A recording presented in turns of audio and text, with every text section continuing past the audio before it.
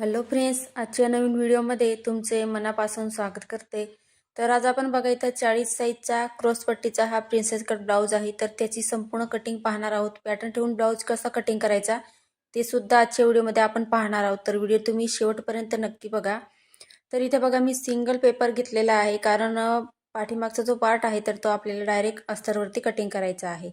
तर इथं बघा मी ब्लाऊजची उंची इथं 15 इंच होती, तर त्याच्यात 1 इंच एक्स्ट्राचं घेतलेलं आहे मार्जिन, म्हणजे 16 इंच इथं मी ब्लाऊजची पूर्ण उंची घेतलेली आहे.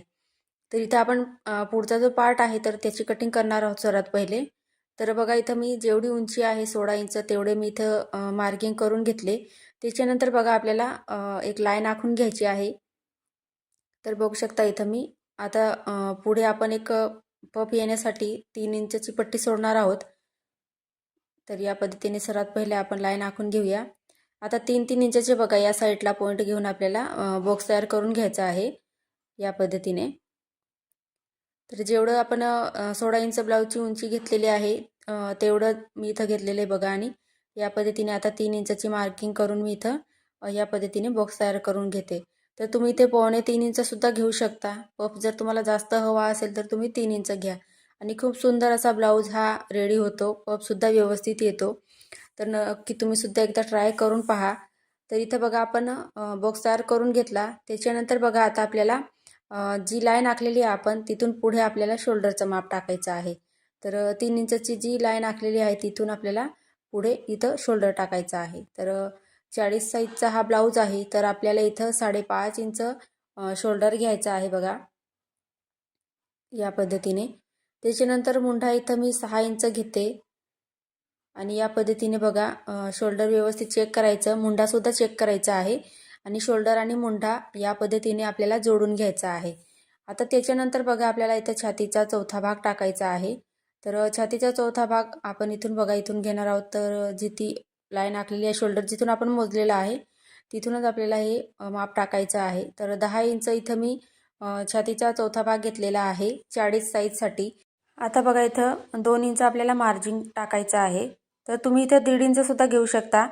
पण काय होतं की हेवी साईज असेल तर तब्येत आहे ती कमी जास्त होत असते आणि त्याच्यानुसार तब्येत जर वाढली तर शिलाई मार्जिन उरत नाही, म्हणजे त्यांना तो ब्लाऊज आहे तो नंतर घालता येत नाही. आणि आपण जर ब्लाऊजमध्ये मार्जिन जास्त घेतली तर नंतर सुद्धा त्यांना ब्लाऊज जो आहे तर तो सहजरित्या त्यांना घालता यावा यासाठी आपण मार्जिन जास्त घ्यायची आहे.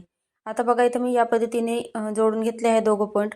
आता इथं आपल्याला मुंड्याचा आकार द्यायचे आहे. तर ते इथं मी दोघं मुंड्याचे आकार तुम्हाला देऊन देते, म्हणजे कसं घ्यायचे ते दाखवते. म्हणजे आपल्याला पुढचाच भाग इथं आपण कटिंग करत आहोत. तर 1.5 इंचचा इथं पाठीमागचा मुंड्याचा आकार द्यायचा आपल्याला आणि पुढचा जो मुंडा आहे तर तो आपल्याला इथं 1 इंचावरती द्यायचा आहे. तर इथं बघा आपण सिंगल पेपर घेतलेला आहे, हे लक्षात ठेवायचं.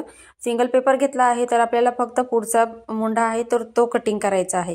आता तुम्हाला बघा काखेमध्ये फुगा येत असेल तर तुम्ही जे आपण इथं या पद्धतीने इथं 1/2 इंच किंवा अर्धा इंच तेवढा मुंडा आहे तो डाऊन करू शकता. म्हणजे काय होईल काखेमध्ये चुन्या वगैरे येणार नाही आणि ब्लाऊजसुद्धा त्यांना परफेक्ट असा बसतो. पण या पद्धतीने तुम्ही जर कटिंग केलं तर तुमचा ब्लाऊज आहे तर एकदम परफेक्ट असा येतो. तर आता बघा कटिंग करताना काय करायचं आपल्याला पुढचा जो मुंड्याचा आकार आहे तर तो इथं कटिंग करायचा आहे. तर मी कट करून घेते बघा सर्वात पहिले.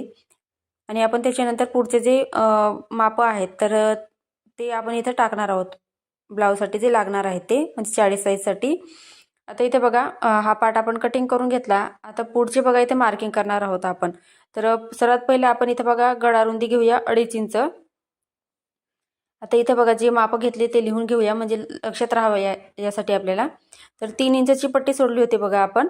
त्याच्यानंतर इथं 2.5 इंच गळारुंदी घेतली, 5.5 इंच शोल्डर घेतलं, त्याच्यानंतर 6 इंच मुंडा आणि छातीचा चौथा भाग 10 इंच आणि 2 इंच मार्जिन घेतलेलं आहे.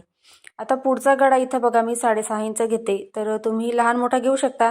तुम्ही जर जास्त मोठा गळा घालत असाल तर तुम्ही 7 इंच सुद्धा इथं घेऊ शकता.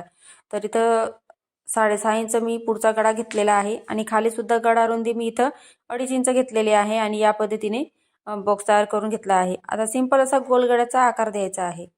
या पद्धतीने बघा. आता इथं बघू शकता आपण वरून आपण शोल्डर पासून खाली आपल्याला इथं उभा टक्स असतो आपला, तर त्याची मार्किंग करायची आहे. तर हा जो टक्स पॉईंट आहे तर तुम्ही ब्लाऊजवरनं माप घेऊन इथं काढायचा आहे. आता सर्वात पहिले बघा गळा आहे तिथून खाली या पद्धतीने तिरकस लाईन आखून घ्यायची आहे। आता उभा टक्स जिथे घेतला आहे तिथून बघा जी तिरकस लाईन आहे तिथून आपल्याला आडव्या टक्सची मार्किंग करायची आहे 4.5 इंच। आता जिथं 4.5 इंच येत असेल तर तो टक्स मी या पद्धतीने इकडच्या साईडला घेतलेला आहे। आता खालीपर्यंत मी अशी सरळ अशी लाईन आखून घेतलेली आहे। आता आपल्याला बघा क्रॉसपट्टीचा हा ब्लाऊज आहे, तर क्रॉसपट्टीसाठी बघा आपल्याला 2.5 इंचावरती तिरकस लाईन आखलेली आहे। गळ्याकडून 2.5 इंच माप टाकायचं आहे आणि मुंड्याकडून 2 इंच घ्यायचं आहे। तर हे पहा इथं 2.5 इंच घेतलं, इथं 2 इंच। आता मधली लाईन आखलेली आहे उभ्या टक्सची, तर तिथं मी 1 इंच घेतलेलं आहे बघा खालून वरती ती लाईन आहे तिथं। आता हे पॉईंट आहे ते आपण जोडून घेऊया। तर या पद्धतीने बघू शकता तुम्ही। आणि ही जी क्रॉसपट्टी आहे आपण दुसरी काढणार आहोत बरं का, म्हणजे वाढीव पट्टी आपण क्रॉसपट्टी इथं काढणार आहोत। तर त्याच्यानंतर आता उभ्या टक्स आहे तर त्याची बघा टक्सची मार्किंग आपल्याला इथं 1.5 इंचची करायची आहे। म्हणजे मी या साईडला 1.5 इंच घेतला आणि त्या साईडला 1.5 इंच घेतलेला आहे। आता हे पॉईंट सुद्धा जोडून घेऊया, म्हणजे हा आपला झाला मधला टक्स आहे तो, म्हणजे पफ एकदम व्यवस्थित येतो। आता प्रिन्सेसचा सिंपल असा आपल्याला आकार द्यायचा आहे। तर बघा किती सोपी पद्धत आहे। तुम्ही जरी नवीन शिकत असाल तरी सुद्धा तुम्हाला सहज जमेल अशी। आणि नाही समजलं असेल तर तुम्ही मला कमेंटमध्ये विचारू शकता। आता एवढं आपलं मार्किंग झालेलं आहे, आपण आता कटिंग करून घेऊया। तर सर्वात पहिले बघा आपण इथं मुंड्याचा आकार तर कटिंग केलेलाच आहे, तर इथं मी गळ्याचा आकार आहे तो कट करून घेते सर्वात पहिले बघा या पद्धतीने। त्याच्यानंतर ही बघा तिरकस लाईन आखलेली आहे तर ती कटिंग करायची आहे, बघू शकता या पद्धतीने। आणि जसं मार्किंग केलेलं आहे सेम आपल्याला त्याच पद्धतीने कटिंग करायचं असतं। आता क्रॉसपट्टीची मार्किंग केलेली आहे ती कट करून घेऊया। तर पहा या पद्धतीने कट करायचं आहे ब्लाऊजला। त्याच्यानंतर आपल्याला मधला टक्स आहे तर तो इथं कट करायचा आहे, तर ते सुद्धा व्यवस्थित कटिंग करायचं आहे। तर पहा या पद्धतीने। आणि हा जो ब्लाऊज आहे त्याला पफ वगैरे एकदम व्यवस्थित येतो।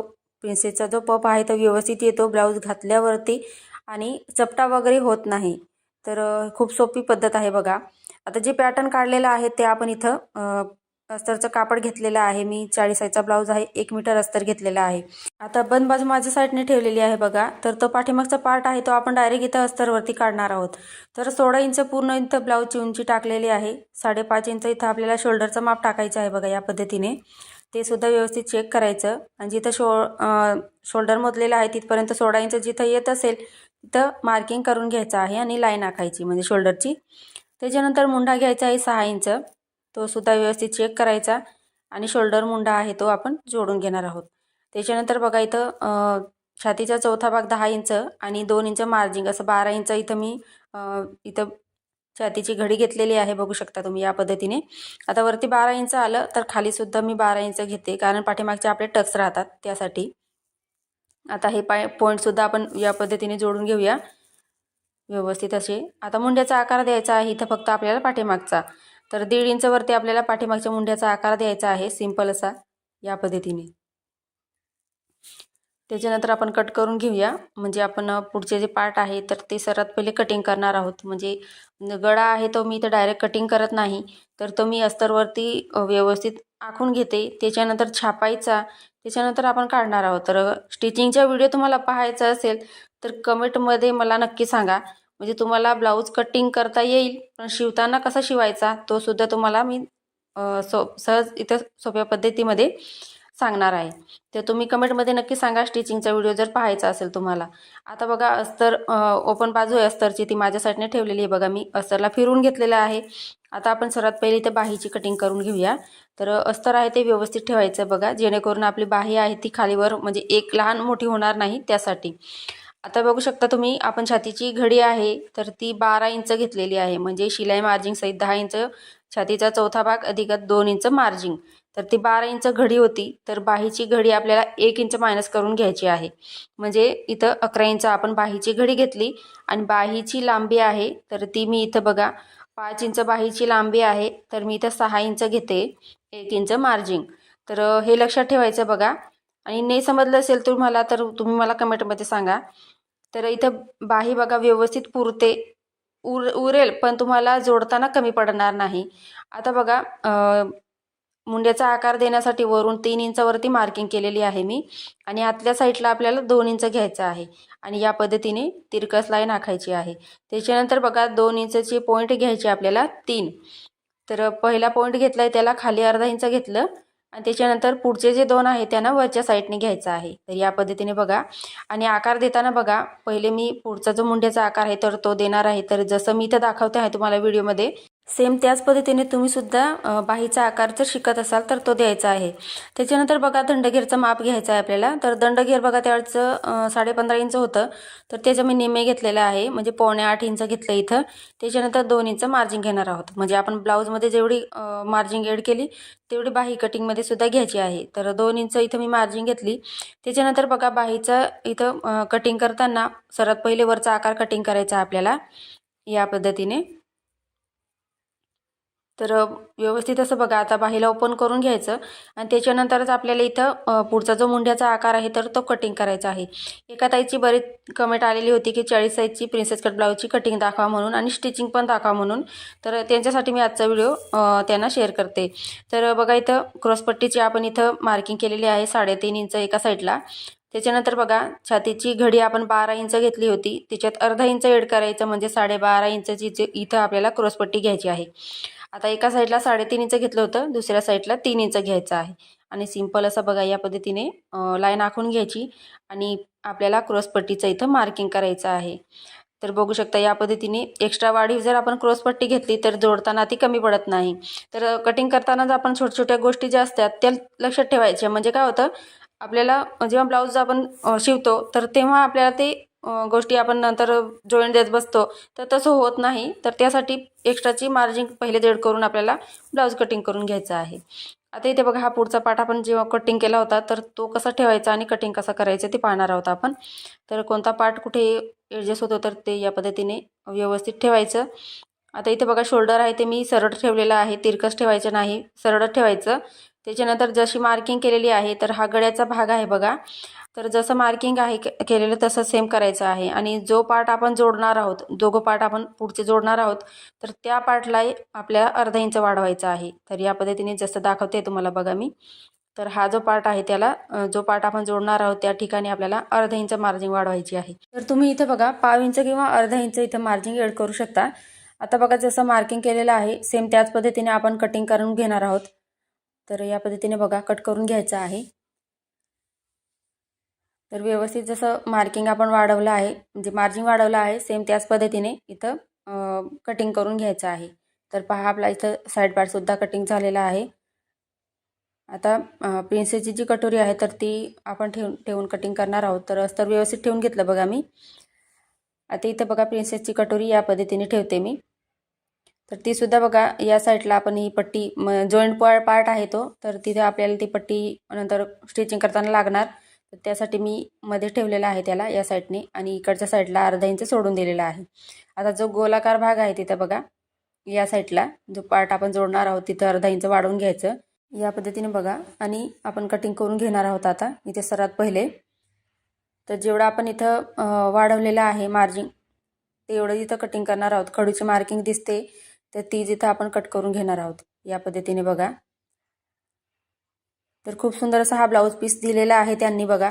तर ही जी हा ब्लाऊज पीस आहे तर तो कांजीवरम साडी असते बघा आपली, तर सिल्कमध्ये आहे साडी, ऑरेंज कलरची एकदम सुंदर अशी साडी आहे. आणि घालताना सुद्धा व्यवस्थित असं अंगाला चिपकून राहते, म्हणजे फुगा वगैरे होत नाही अशी साडी आहे. तर या पद्धतीने बघा आता ब्लाऊज पीससुद्धा खूप सुंदर असा दिलेला आहे आणि शिवताना तर खूपच छान असं लूक आलेलं होतं. तर आता बघा इथं बाही कटिंग करून घेतली. त्याच्यानंतर आपल्याला पाठीमागचा जो पार्ट आहे तर तो बघा मी इथं बंद बाजूकडून ठेवलेला आहे. आणि त्याच्यानंतर अर्धा इंचची मार्जिन घेऊन मी इथं हा पार्ट आहे तो कट करून घेते. बघू शकता तुम्ही या पद्धतीने. म्हणजे आपल्याला काय होतं जोडताना कोणताही पार्ट आपल्याला व्यवस्थित असा येतो, कमी पडत नाही बघा. अस्तर आणि कापड जोडताना व्यवस्थित असा तो येतो. तर त्यासाठी इथं बघा जो पार्ट जिथं व्यवस्थित ॲडजस्ट होत असेल तर त्याच पद्धतीने इथं मी कटिंग करून घेते. आता जेवढे पार्ट आपण इथं कटिंग करतोय तर ते अर्ध्या इंचची मार्जिन सोडून कटिंग करायचे, जेणेकरून आपल्याला बघा अस्तर आणि कापड जोडताना काही अडचण येत नाही. तर त्यासाठी इथं बघा व्यवस्थित असं आपल्याला अस्तर आणि कापड जे आहे ते कटिंग करून घ्यायचे आहे. तर फ्रेंड्स तुम्हाला आजचा व्हिडिओ आवडला असेल तर प्लीज लाईक करा, चॅनलला सबस्क्राईब करा, जेणेकरून नवीन व्हिडिओ सर्वात पहिले तुमच्याजवळ पोहोचेल. पुढचा व्हिडिओ तुम्हाला कोणत्या टॉपिकवर पाहायचा आहे ते सुद्धा मला नक्की कळवा. आजचा व्हिडिओ पूर्ण पाहिल्याबद्दल तुमचे खूप खूप मनापासून धन्यवाद.